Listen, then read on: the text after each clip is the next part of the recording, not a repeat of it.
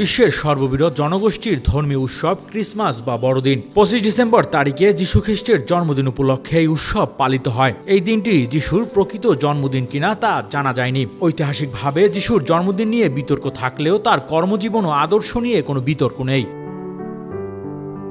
বাইবেলের ভাষ্যমতে যিশু হচ্ছে জগতের আলো, তাই যিশুর জন্ম এক নতুন দিনের সূচনা করে। তবে খ্রিস্ট ধর্ম প্রসারের অনেক পরে বড়দিন সূচনা হয়।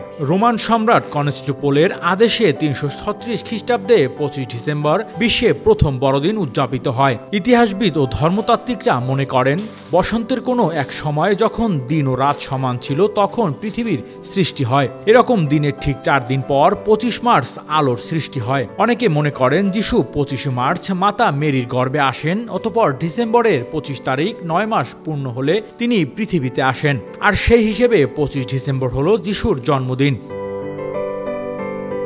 অষ্টাদশ শতকের প্রোটেস্ট্যান্ট খ্রিস্টানের আবির্ভাব ঘটলে মৌলবাদী খ্রিস্টানিরা ক্রিসমাসকে ক্যাথলিক উৎসব বলে ঘোষণা দেয়। তারা একে পৌত্তলিক উৎসব বলে চালাতে শুরু করে এবং এটা বর্জনের ঘোষণা দেয়। এর ফলে ক্রিসমাসকে কেন্দ্র করে প্রোটেস্ট্যান্ট অধ্যুষিত এলাকা দাঙ্গা ছড়িয়ে পড়ে। এর পরিপ্রেক্ষিতে ইংল্যান্ডের কঠোর শাসকরা 1647 সালে বড়দিন উৎসব নিষিদ্ধ করে। এমনকি আমেরিকা বসনেও 1659 থেকে 1661 খ্রিস্টাব্দে পর্যন্ত আইন করে বড়দিন নিষিদ্ধ ঘোষণা করা হয়। শিক্ষার প্রসার ঘটলে ধীরে ধীরে মৌলবাদী চিন্তা থেকে মানুষ সরে আসতে শুরু করে।